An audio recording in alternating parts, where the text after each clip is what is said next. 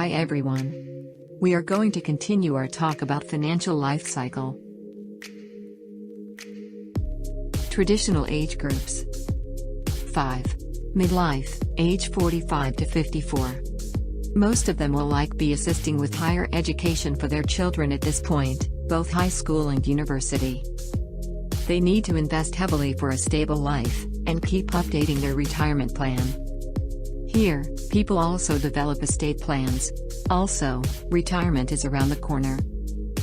For examples, by starting your own business, adopting a retirement plan for the business, and making catch-up contributions. 6. Pre-retirement, age 55 to 64. They may be meeting responsibilities of aging parents, where they might be taking care of them in their own home.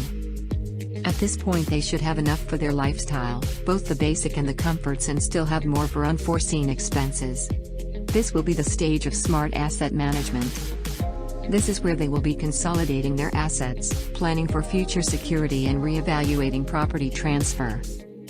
For examples, you spend about Rm 1,000 every month for these living expenses, then you have more than enough savings or income from your investments to cover this monthly Rm 1,000 cost for the rest of your life.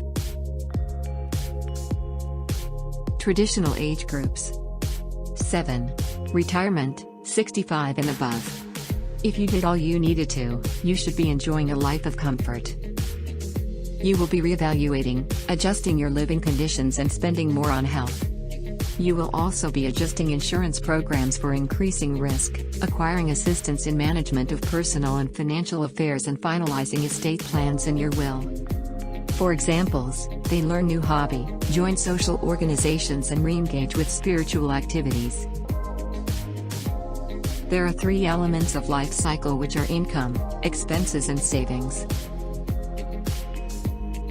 Elements of life cycle. 1. Income. Income is money what an individual or business receives in exchange for providing labor, producing a good or service, or through investing capital. Individuals most often earn income through wages or salary. Businesses earn income from selling goods or services above their cost of production. For private individuals, ordinary income is usually only made up of the salaries and wages they earn from their employer's pre-tax. For examples, a person works a customer service job at restaurant and earns Rm 3,000 per month. His annual ordinary income would be Rm 36,000, derived as Rm 3,000 by 12. If he has no other income sources, this is the amount that would be taxed on his year-end tax return as gross income.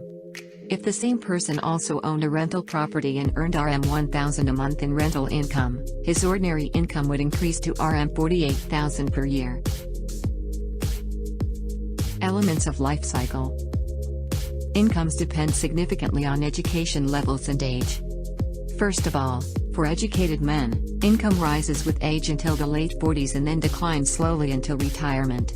Next, single women's salaries largely follow men's salary patterns. Besides, non-skilled men's incomes peak at around age 30. Apart from that, married women's incomes drop at the birth of the first child and they seldom catch up. Lastly, married men appear to have the highest incomes. They have partners who are likely to take a disproportionate share of domestic chores that enables them to work harder. They also incur additional expenses that make more work necessary. Thanks for watching. We will continue our talk about the financial life cycle on the next video. Hope you guys gained more knowledge about the financial life cycle.